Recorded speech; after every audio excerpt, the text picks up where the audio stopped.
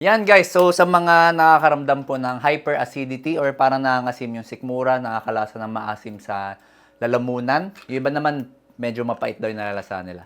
So meron akong simpleng tip or technique na ituturo sa inyo. So bili lang kayo ng chewing gum. So may mga chewing gum naman po na sugar free, yun po yung piliin nyo. Tsaka yung wala masyadong flavoring and yung hindi masyadong maanghang.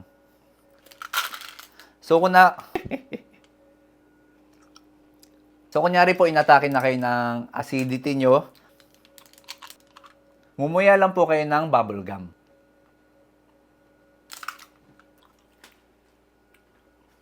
Ang reason po kasi niyan, nakaka-stimulate po ng pag-produce ng laway kapag ngumunguya tayo. Yung laway po, nakaka-neutralize yan ng acid. Also, kapag ngumunguya tayo ng bubble gum, mas madalas tayong lumulunok. So, nakakatulong siya na mabawasan yung mga sintomas ng acidity. Pero syempre, kung talagang madalas na kayong mag-acid, tapos kahit anong gamot hindi gumagana sa inyo, mas maganda pa rin magpapacheck sa doktor. Di ba, Truffle?